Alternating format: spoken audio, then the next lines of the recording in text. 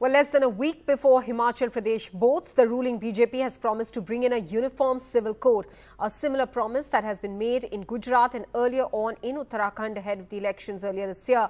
Now, the issue remains a contentious one among minorities because it will do away with religion-specific laws. Here are some of the promises in the BJP's manifesto, which was released as an 11-point manifesto for Himachal polls. The BJP has promised uniform civil code.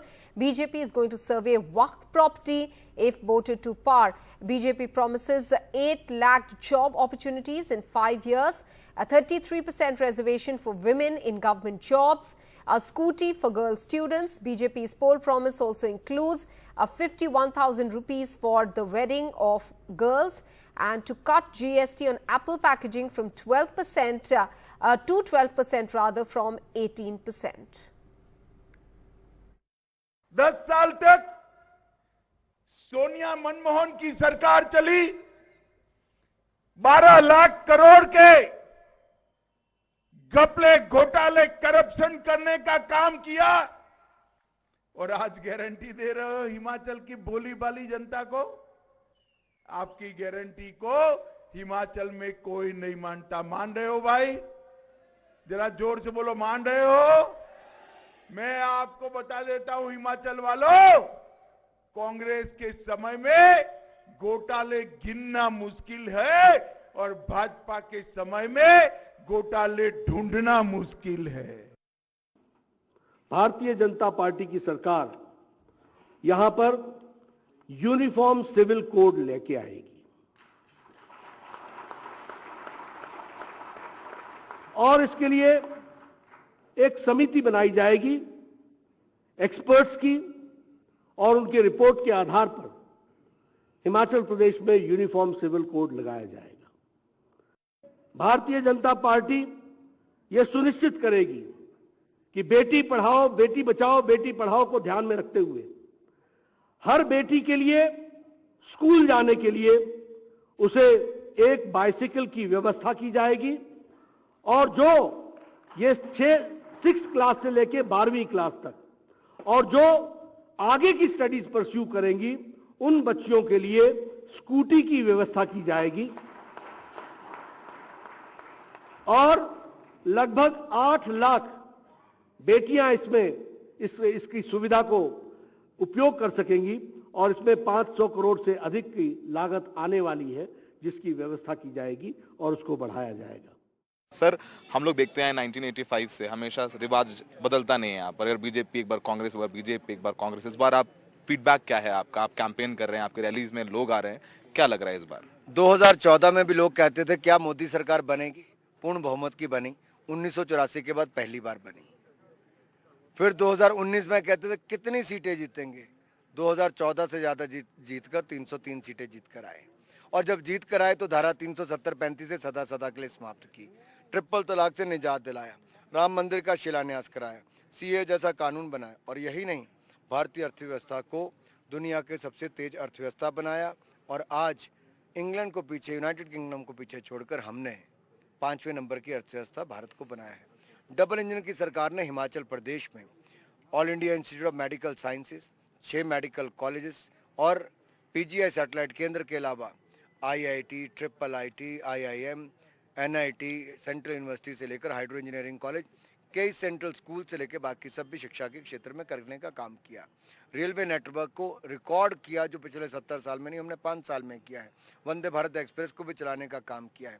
Bulk drug park से लेकर medical device park भी हिमाचल के लिए है जहाँ पर 40,000 लोगों को रोजगार, स्वरोजगार के अवसर मिलेंगे। ये सब तब हुआ जब ये 5 साल डबल इंजन की सरकार थी। इससे पहले कांग्रेस की सरकार रुकवाने का काम करती थी, हम पूरा करने का काम करते हैं, इसलिए लोग भाजपा को वोट करेंगे। आपने इतनी चीजें बताई, फिर आज जब संकल्प पत्र लॉन्च हुआ तो उसमें यूनिफॉर्म सिविल कोड की बात है, वक्फ की बात है, जबकि आप तो जानते हैं सर, हिमाचल आपसे बेहतर कौन जानता है, मुस्लिम पॉपुलेशन बहुत नेग्लिजिबल है यहाँ पे, यूसीसी की जरूरत क्यों है? पहली बात ये, हमारी विचारधारा, हमारे सेंटर के भी जो अब आप संकल्प पत्र कभी देखे होंगे तो उसमें चाहे राम मंदिर का विषय हो या फिर यूनिफॉर्म सिविल कोड का हो या बाकी विषय ट्रिपल तलाक का हो, ये सब उसके साथ रहे। और ट्रिपल तलाक पे भी आप लोग कई तरह के कहते थे आपको इससे क्या होगा, ये कोई वोट के लाभ के लिए नहीं होता है जी। हम तो सत्ता में आकर जो देश में जहाँ जहाँ जिन कमियां हैं उन जगह पे जहाँ सुधार की आवश्यकता है वो करते हैं। यूनिफॉर्म सिविल कोड आज की आवश्यकता है, इसलिए हिमाचल में हम उसको लागू करेंगे। और यही नहीं, हिमाचल के जो धार्मिक स्थल हैं, जो हमारे गौरवशाली इतिहास को हम आगे बढ़ाने का काम भी करेंगे और आस्था के केंद्रों के पास अर्थव्यवस्था खड़ी करने का काम करेंगे। जैसे माँ चिंतपूर्णी का, ज्वाला जी का, नैना देवी का, बाबा बालकनाथ से लेकर चामुंडा देवी, ब्रजेश्वरी देवी के मंदिर हैं। यहाँ पर करोड़ों टूरिस्ट आते हैं, लेकिन इसकी संख्या कई गुना कैसे बढ़ाई जा सकती है, इसलिए 12,000 करोड़ रुपया वहाँ पे भी खर्च करेंगे ताकि यहाँ पर टूरिस्ट को ज़्यादा फैसिलिटीज़ मिल सके और इंफ्रास्ट्रक्चर भी तैयार हो सके। सर बीजेपी में जो हम लोग यहाँ कैंपेन कवर कर रहे हैं, बीजेपी में एक प्रॉब्लम है, वो है आपके बागी उम्मीदवार, चाहे वो किशोरी लाल हो, होशियार सिंह हो, एक वीडियो भी वायरल हो रहा है। खैर, वो कैसे इनफाइट करेंगे? आपको भी देखा हमने, जब धूमल जी को टिकट नहीं मिला तो आप भी इमोशनल हो गए थे, तो वो कितना बड़ा प्रॉब्लम है बीजेपी के लिए यहाँ पर? सर, प्रॉब्लम मीडिया का समझने का, मैं धूमल जी को टिकट के लिए समझा रहे थे, कार्यकर्ताओं समझा रहे थे। उन्होंने तो 3 महीने 4 महीने पहले कह दिया था चुनाव नहीं लड़ेंगे। मैं उस कार्यकर्ता के बारे में देखकर जिसका जोश था कि 2017 के चुनाव में जहां जहां हम चुनाव हारे, चाहे देरा था या सुजानपुर या बाकी भी, वहां मेरे चुनाव में 28 से 29 हजार की एक विधानसभा में लीड मिली। ये उन्हीं कार्यकर्ताओं ने विधानसभा को खड़ा किया और आज वो फिर एक बार जीत दर्ज करने के लिए तैयार थे। तो ऐसा कार्यकर्ता तो भारतीय जनता पार्टी में मिल सकता है, जो दुनिया का सबसे बड़ा राजनीतिक दल है। तो उनके जोश को देखकर कोई भी भावुक होगा और गर्व करेगा कि ऐसी पार्टी हमारी है और हम उसके कार्यकर्ता हैं, जहां पर ऐसे बाकी और कार्यकर्ता। अनुराग जी, मैं ये जानना चाहूँगा, बागी तो इशू है, यहाँ पर महंगाई, बेरोजगारी भी आपको लगता है इशू है चुनाव?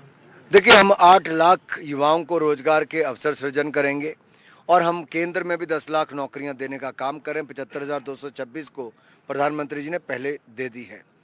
अब ये लगातार प्रयास हो रहे हैं, जैसे bulk drug park, medical device park से लेकर आज होम स्टे स्कीम से लेकर सेल्फ हेल्प ग्रुप को भी 2% की इंटरेस्ट सबवेंशन की बात की, ये हमारी पार्टी ने की है। हम देखिए, एक बहुत बड़े वर्ग को जहाँ रोजगार स्वरोजगार से लेकर आपको सेल्फ हेल्प ग्रुप तक भी मदद करने का काम किया जा रहा है ताकि रोजगार उत्पन्न हो। कांग्रेस ओपीएस, आखिरी सवाल, कांग्रेस ओपीएस को लेकर के, ओल्ड पेंशन स्कीम को लेकर के बोल रहे हैं राहुल गांधी नहीं आएंगे क्योंकि भारत जोड़ो यात्रा कर रहे हैं, उसको लेकर के आपका क्या कहना है? कांग्रेस कह रही है सरकार ने 65,000 रिक्त पद हैं सरकारी नौकरी की और सरकार 8 लाख देने की बात कर रही है। भारत जोड़ो यात्रा में टुकड़े टुकड़े गैंग है जो भारत के टुकड़े करने की बात करती है, नारे लगाती है भारत के टुकड़े हो 1000 इंशाल्लाह इंशाल्लाह, पोस्टर चिपकाती है country without a post office, एक ऐसा देश जिसका नामो निशान न रहे। वो लोग भारत जोड़ेंगे?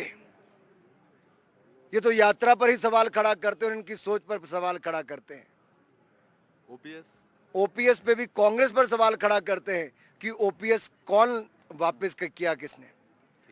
केंद्र और प्रदेश में यहाँ पे कांग्रेस की सरकारें थी, कांग्रेस की सरकार ने ओपीएस खत्म किया, एनपीएस लाए, लेकिन जब हमारी सरकार आई तो हमने एनपीएस में भी 10% से बढ़ाकर उसको 14% करने का काम किया।